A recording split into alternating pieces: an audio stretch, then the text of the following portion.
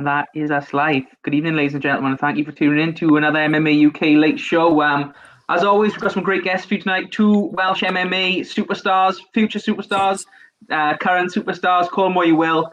The first one is none other than Bellator's welterweight, Lew the Foot Long. Lew, how's it going? How's it going? As always, been assaulted by his half dog, half sheep. Everything okay with you, Lew? Yeah, all sound, mate. Just raring to get going, get a fight or something. But, yeah, all good, Ruth. Good year. And obviously we got another Welsh prospect that's coming up and really making a big splash on the MMA scene in the UK at the minute. We've had him on before, Ben Ellis. Ben, how's things for you, buddy? Another big fight coming up for you? Hi, mate. Yeah, all good, thank you. 9 days left now, so happy days. Yeah, all counted down. So I should preface this by saying, Lew, I didn't write any questions down for you tonight because I didn't think you were going to come on, but we got you on. We're gonna wing it. It's always a good chat when you come on, Lew. So we're not too worried about that. But how's it been with you training and everything like that? Is everything going okay with you training wise? And what's the news? When you getting back in there, buddy? We're all excited after the last one. Training's really good, in fairness. I mean, with the gyms obviously being empty, I don't have to try and be nice to customers or anything. I can just be just focus on the pros and stuff. So it's just really nice, like dedicated camp for Ben and myself. You could just push each other and just not worry about sort of classes coming up and teaching. But so training is good. I sort of work like a 9-to-5 job now. Just go train on the gym for a few hours and come back. And when normally I'd be in the gym all night, So in that respect, it's pretty good. But it could be worse, I guess, Lew, right? Yeah, it could be worse. But just sadly, nothing on the fight front yet. But yeah, we live in hope. Yeah, I mean, Lew, I think it's one of those we had you on one of the group shows before, but we didn't really get to speak to you sort of in a more closed down setting after your last win. Obviously, a really big win for you on Bellator. You got that knee bar against Gianni D'Amelio, a big name fight there out in Italy. Another win that kind of pushes you further up that Bellator Europe ladder. What was your feelings immediately after that win and obviously putting to rest the loss before and getting straight back on the horse like? I was always going to fuck him up, but I just didn't expect a knee bar, So if you've been around, if you know me in the gym, my ethos about foot locks and leg locks, they don't work. So it's to my dismay, I won with one. So it was nice that I think it made a bit more of a noise. If I'd won by a rear naked choke again, I think people would have looked at that and said, "Oh well, he's nowhere near the same caliber on the floor as me." But just taking his back and doing what I usually do. But at least this showed something different, fighting off my back and taking that knee bar win, which obviously is a bit more better for the highlight reel, isn't it? Yeah, definitely sounds good on it, doesn't it? So for you then, I know you said you haven't got anything on the horizon at the moment, but is there anything you're looking at? Has there been anything mentioned to you at all, or is it literally just a case of waiting and seeing at the moment? I re-signed with Bellator, which I'm really happy about. It's just want to get in there and start. How can I be the legend I know I am if I'm not fighting? So you know what I mean. So I got to, you got to prove it, haven't you? So that's what that's what I'm going to do. It's just waiting to get the names and the times. Hopefully sooner rather than later. Yeah, definitely. I mean, 32 next month. 32 next month. Fuck my face. I mean, you don't look a day over 40, Lew. Cheers, man. Well, just wait till you see his liver. That looks about 90 odd. Okay, right. Hardest working liver in MMA, there is. Yeah. Who else? John Jones. Yeah. So Ben, obviously for you have got a fight announced. You've had a fight announced for a while now. It's literally just on the horizon. You're going to be fighting Manny Akpan, I think is the name, isn't it? Yeah, that's him. What do you know about them? How have you been preparing? Obviously, you're quite similar in records. He's got a 2-0 record. You've got a 3-0 record, so quite evenly matched on that front. What's your thoughts on this one?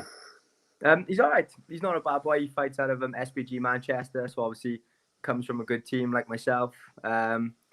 Say similar pro records, 3-0 versus 2-0, but looking at the amateur record, he was 6-3 and he beat some good boys, but every time that level kind of stepped up, that's when he fell short. So that's going to be pretty much exactly what happens next week. He takes a step up and gets a bit of a hiding. Yeah, well, I can't knock your confidence, Ben. That's one thing I'll say every time we've had you on. You're definitely confident in your abilities, and go back to the last fight as well. You had a tough outing against Kingsley Crawford. We knew he was going to be a close matchup for you. It ended up a really close fight. I think going the full length. What give us a breakdown of what happened there? What do you think of that fight? Pretty poor, to be honest. I think the worst shot I took that night was probably off Lew in the dressing room after when he asked me what I was doing. First 2 rounds was good. Say pretty much dominated the first 2. I mean, he literally barely hit me, especially in the first, and was able to get good top position. Granted, shit ground and pound. It felt like his only real goal in the fight was, if it went to the ground, was to try and survive rather than to try and win or get up. So we did a good job stifling my ground and pound. And then going into that 3rd round, I think everything kind of caught up with me a little bit, where it was like 13 months outside the cage. I'd done 2 full fight camps to have the fights cancelled. That was the 3rd fight camp. And then fell into the trap of just thinking to myself, oh, mate, don't mess this up. As opposed to if I just carried on the way I was going, I maybe would have got him out of there. So all in all, pretty disappointed. But like you say, he was definite step up in terms of how good he is. And I know the fight went the distance, but it wasn't really that close. Like when we were arguing before they announced the decision, like you can literally hear me telling him that he knows he's lost. So I knew that I'd won pretty comfortable. Granted, not a very good performance in the 3rd round, but yeah, it is what it is, and sometimes it happens. Yeah, I was going to say about that as well, because they did seem to be a little bit of afters after the fight. It was some words being exchanged, some awkward standoff. What was that all about? Was it literally just because he was celebrating? You didn't like that, or was it something more than that had happened we didn't see on camera?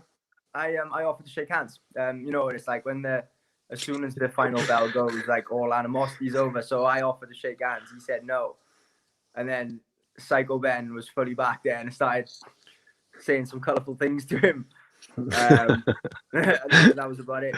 It wasn't until we realised how massive his coach was. Me and Lew were like, "Oh, let's shut up." Somebody's hiding behind me. I think your camera's frozen there, Ben. Are you still with us? Oh yeah, sorry, mate. This must be my Wi-Fi. Am I back? I don't know if Ben, if you jump out and jump back in, it might clear it up for you. Okay, one sec. Brill.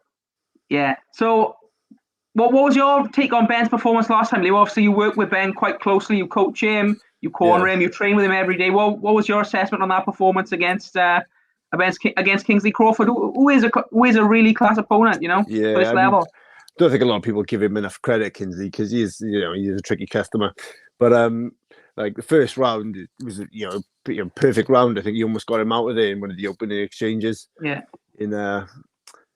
Against the cage. And again, like in the first, second round, like Ben realised how tiring it is manhandling someone. Then, as he said himself, the 3rd round, just sort of a little bit of out of ideas. Didn't want to waste too much energy and be caught short at the end when he's done such a good job in the first 2. I mean, I don't see how the first round wasn't scored at 10-8, because I don't think he done anything. Maybe got back to his feet once. So other than that, quite a good composed game. And I'm a lot happier that he got the fight to go to decision, because of course it's time in the cage, isn't it? You do only learn those valuable things in those later rounds, and the only way to do that is to be in there. Yeah, no, definitely. Like you said, a man like yourself, you've been in there a long time, haven't you? So you kind of you know how it goes with that now. And is that something you feel as well, Ben, after that performance? What was that, mate? I only joined back in recently. I didn't really hear much of it. So it's just saying to Lew, how he assessed your performance, and he thought it was a good performance, and was glad for you basically to have that cage time and get the 3 rounds under your belt. Is that something that you think now sort of benefits you having that sort of tight matchup that goes the distance? Yeah, I think so. Like it's another box ticked. just to go that distance. Like when it comes to cardio, like it's not really something I worry about too much, just because I train like an idiot. So I think even 5.5s, that's not really going to be anything that concerns me too much. But yeah, just it's smart, innit? Tick a box, go on the distance. Know I can do it again, no problems. Not that the pace in that fight was anything too nuts. But yeah, just a good experience, really. Yeah, I bet I want to ask as well, because obviously you're sort of starting to work your way up the rankings now, getting your name noticed a little bit. What do you see next after a win over Manny? I say I'm in that weird spot at the minute. Like when I beat Manny, I'll be 4-0. So if I start chopsing guys who are, just say pick a random figure like 8-1, like it's in my nature to call them out. But then if I was in their position and a 4-0 guy was calling me out, and you just say, look, there's not really too much in it for me. I fully understand that point. So I'll probably keep my mouth shut at 4-0 and just take whatever Cage Warriors give me. And then following the next one, then I'll be 5-0. I think when it gets to that point, that's when I can start calling my shot a little bit. And then, I'll be targeting guys, basically all the featherweights who fought on the last few trilogies. So you got, like, off the top of my head, Aiden Stephen, Steve Aimable, James Hendon, Paul Hughes, Somnes, all those guys. Yeah, and just whichever one, it doesn't really make too much of a difference to me. Yeah, it's a really, really stacked division at the minute, the featherweights at Cage Warriors, and some top competitors there. What do you think? There's obviously a title fight coming up between Sharier and Vucenic, two really good young guys. How do you see that one going, and what do you think of both of those? To be honest, I've not really seen too much of either of them. I just watch them like when they're on, because I'll watch most of the shows live. They're both good boys. I think it's going to be basically a Muay Thai fight in MMA gloves. I think I quite like Jordan. I think he's good. And he's shown he can grind his way to a win, whereas Morgan's obviously good as well, but he's picked up a fair few losses along the way. So I think that if it really comes to it and it comes about who can be smart trying to win a fight, I think Jordan might get it done. Yeah, no, fair play. It's a really, really close matchup, and Jordan does seem to have a way of edging those decisions, I would say, especially after the Paul Hughes fight, which was, very close. A lot of people thought Paul Hughes won that one, so Jordan's definitely got that knack for winning, I would say, which, is something he's always good to have in the sport. Leo, what you look like you're going to say something there? I think I was going to say, I think it's the best division in Cage Warriors at the moment. It's as you said, like when Bunch Ben now wins one or two more, and he earns the right to be calling those fighters out. That division is a big division to be the king of, like. Yeah, definitely. Obviously, one thing I did want to ask you as well, Ben. Obviously, a young up and coming guy like yourself, you've got people in the cage now. Sharier, he's a YouTube star. He's a fighter. Does any of that sort of stuff interest you? And I see obviously like Mason is down in Altalay doing the same thing as well now. Is there any sort of thoughts about getting a Matt Academy YouTube channel on the go with you guys? Oh mate, sure that'll be entertaining, if not age restricted, with Lou in there. Well, with me, I know my strengths. If I'm on camera, it's going to be the least watched thing of all time. Like Lou will tell you, I'm the most boring guy going. But to be fair to Lou, I think most people would want to watch his. Yeah, I don't know. I think it'd be age restricted, Lou, wouldn't it, if you got on there? Yeah. It's going to have to be censored, though, isn't it? Let's be fair. Oh, yeah. I think Wayne's the worst. Wayne's not too bad, Lou. I think Wayne, you're giving Wayne a bad rep there. I think you're the bad influence over there. You are mental. Wayne's a dark horse, him going off YouTube. Yeah. I don't know. I always get a bad rep. Everything's I'm the bad guy. It's not. No, I don't know. I've met Wayne a couple of times, and he's nothing but a gentleman. Leo on the other hand, he's lovely. Yeah, I know. Everyone says the same. It's not true. Yeah. All right, we've got a question coming in here from Stoomboy. He's saying, are you both excited about the current restrictions being lifted in regards to COVID? I mean, we all hopefully get back to where we were before these lockdowns shut everything down. Go with Lou first. I mean, I can't wait to get the gym back open. Give us a couple of good sessions, have a fight, and then pop to the pub. Have a beer. Yeah, are you missing sort of general life, being able to go to the pub, go out and do shopping, things like that, Lou? I don't go anywhere. I only go to my local for a couple. I'm back home. But it's just not having the ability to do any of that or the option. It's just like I feel a little bit trapped with it all. But as I said, I got a nice pace of life now where I'm not working and teaching all the time, as well as training. It's quite a nice pace. Yeah, fair play. I mean, what about you, Ben?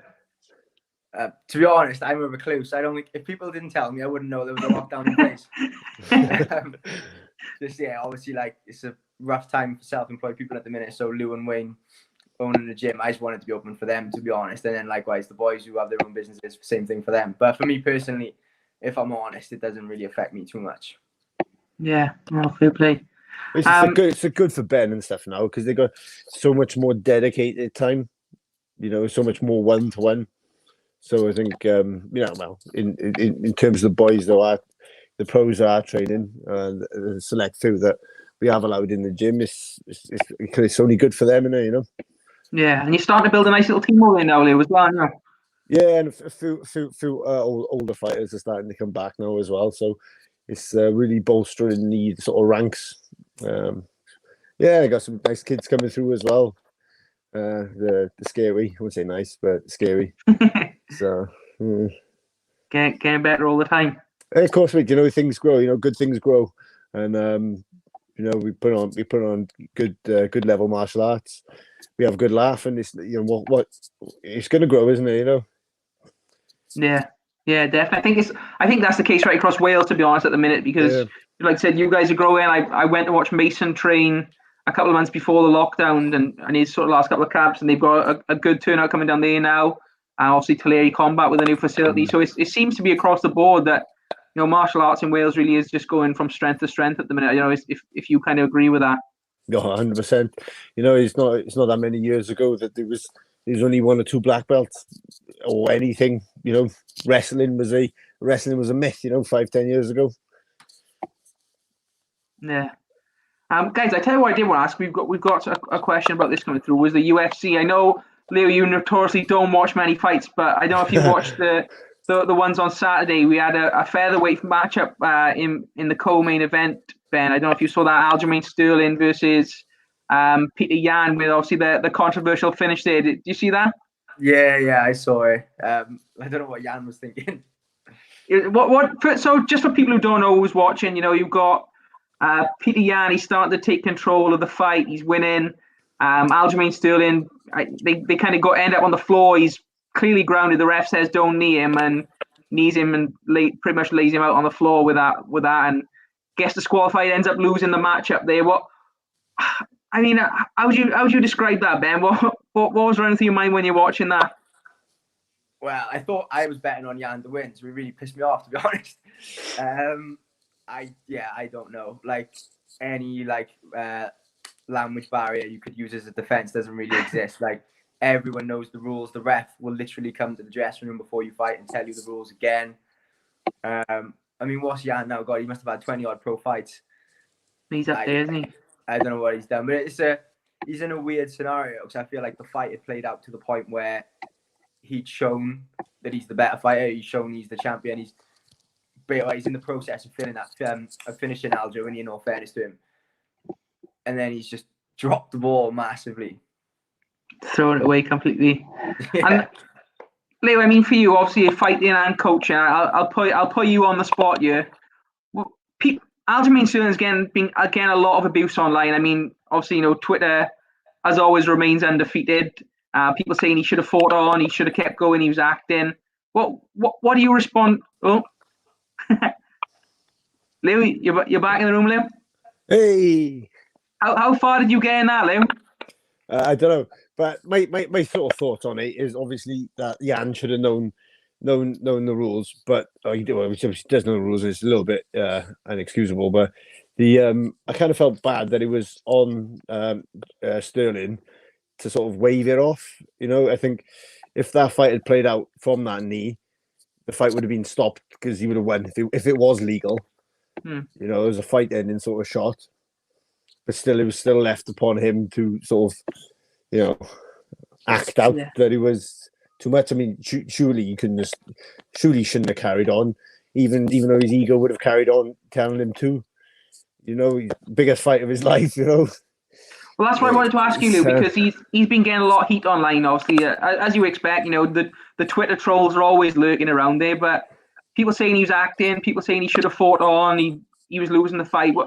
How do you respond to that, really, if you are a fighter or a coach? Because surely, like you said, if he'd been on his feet and taken that knee, he would have been laid out and the fight would have been waved off by the ref. But as it is, the ref's coming over trying to get him to fight on because the knee was illegal.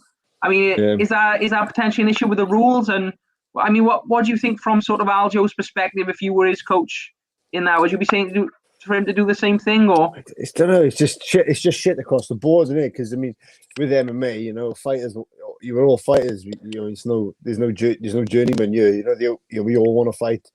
We all want to get the prize. But I think at least this way, he's secured a rematch.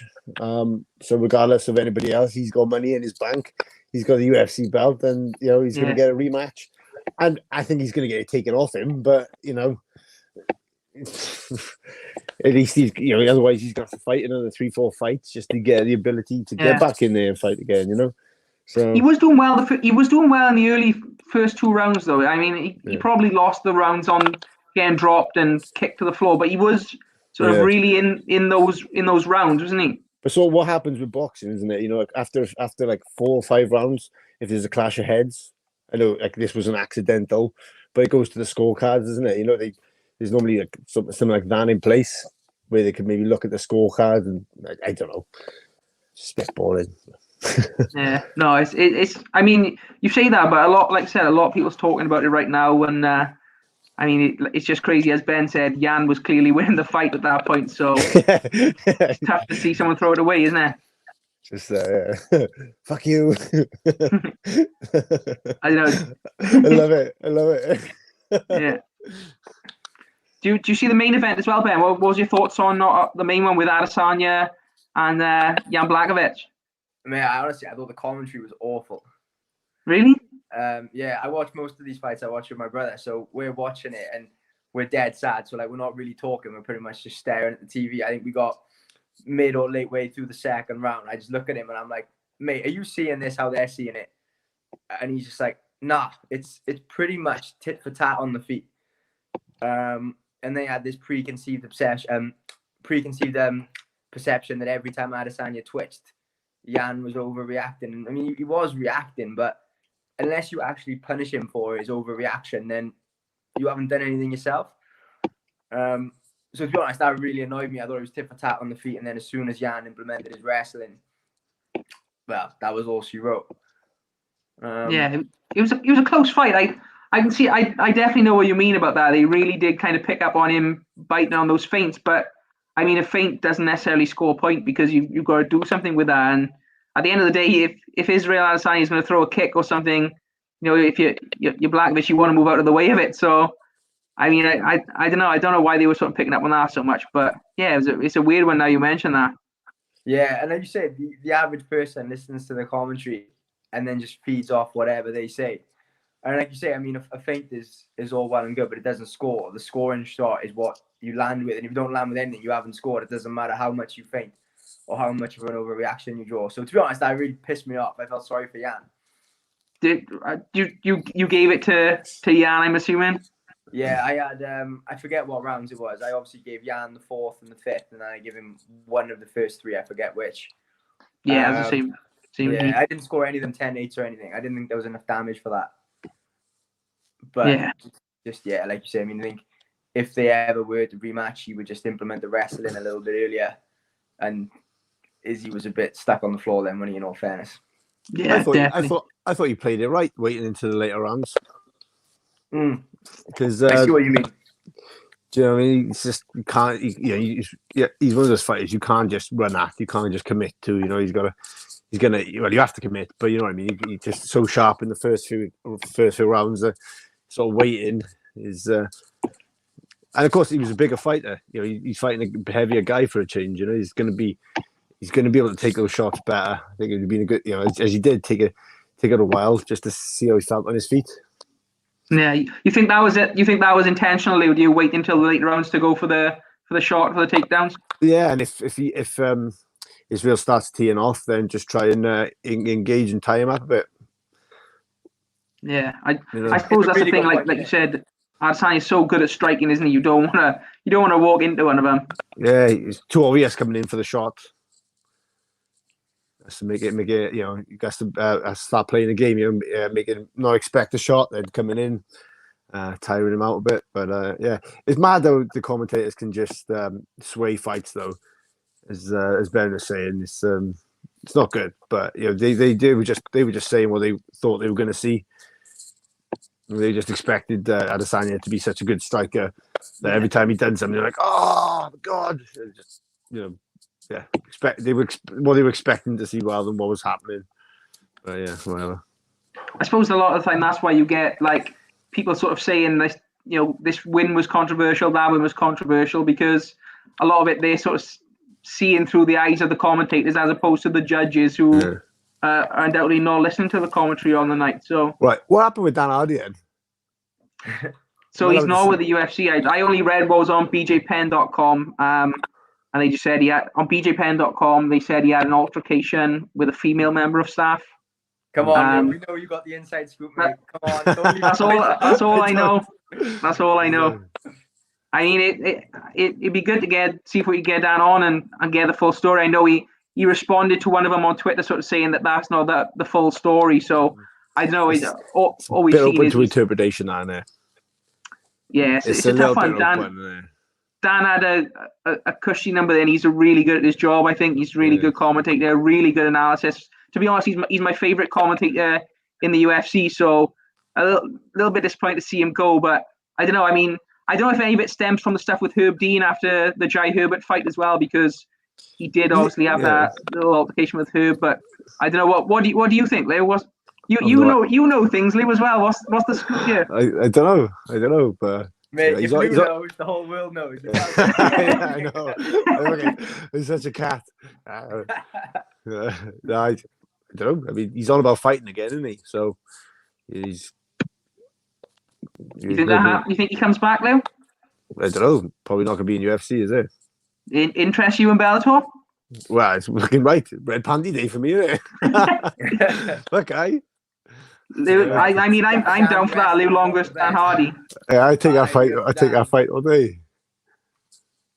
Yeah, no. To be honest, I think that'd be a great fight. To be honest, like I said, Dan's a legend. Yeah. You know, you're building your way up in Bellator slowly but surely. If he comes over, I definitely think you could be the guy to welcome him. Maybe get called out on Twitter, is it? I don't know. It's not my style. I don't go calling people out. Well, what do you reckon, Ben? Honestly, I'd bet at least $5,000 Lou subs him. You reckon? I tell you what, I won't say sub because if it's pressure on Lou to try and sub him, Lou would beat him. I would sub him if you put money on it. Be honest, like I said, I don't need to lose it. I got so much respect for Dan. I think most people do. Yeah. But again, it's just one of those things. He's shown a bit of susceptibility to wrestling in the past, and Lou's really good at taking people down and generally choking them from there. So it's a bad idea. Yeah. I mean, I definitely didn't come on you expecting to be talking about this night, but I mean, it makes perfect sense to me, Leo. I got to be honest. I don't know. I kind of thought like I seen like tweets that he wants to fight, and I can't. But UFC are only releasing fighters at the minute, aren't they? Yeah. Bellator sort of on the uptick, but you never know. You never know. They're on the uptick in Wales as well, Leo. Obviously, we've got yourself.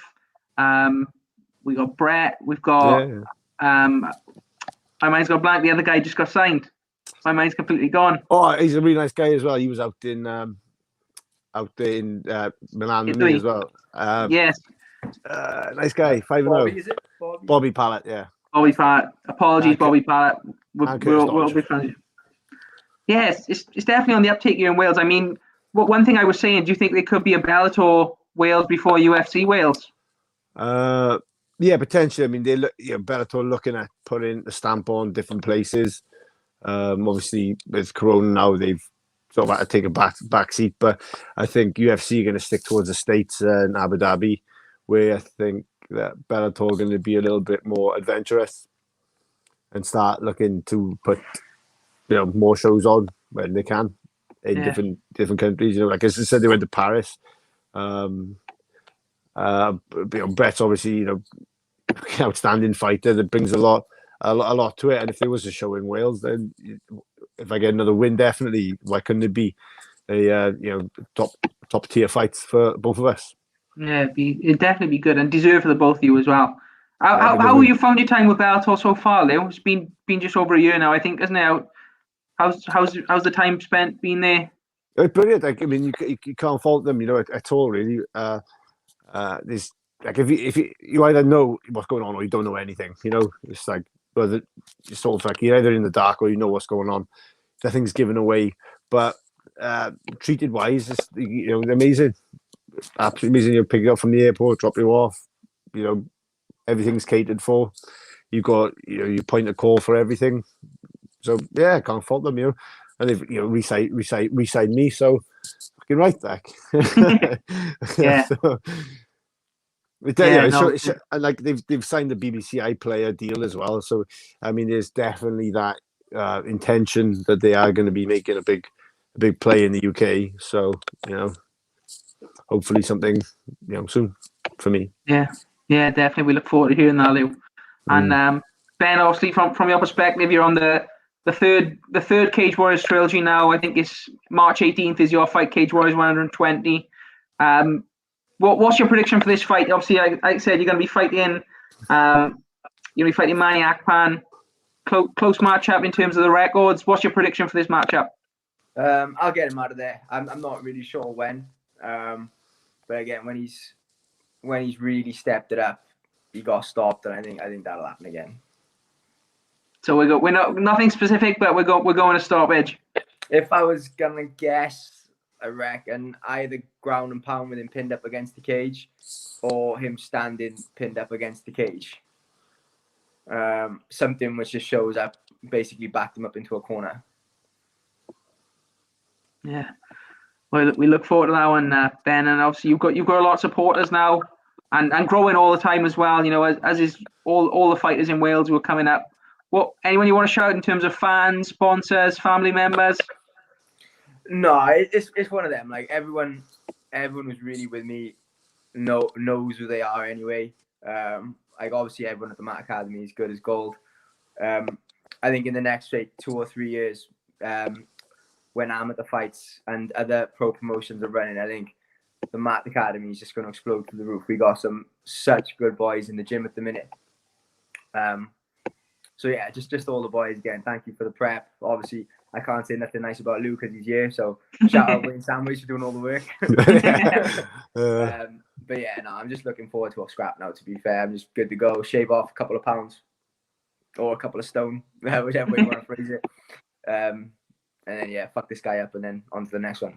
Yeah, brilliant. And Leo, I'll leave the last word to you, mate. Anything you want to round off with? No, again, thank you to to Tammy. They always send us good kit out. I know they've sent Ben some shorts and stuff, and they've been a long-term sponsor of mine. There's a lot of people that go, and a lot of people behind us fighting. But yeah, thank you to you all. Same as Ben. You know who you are. So happy days.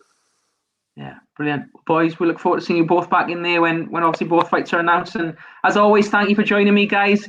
If you are watching this right away until the end, we do appreciate your support. Please smash the like button, and we will see you all next time. Cheers, guys. Thanks.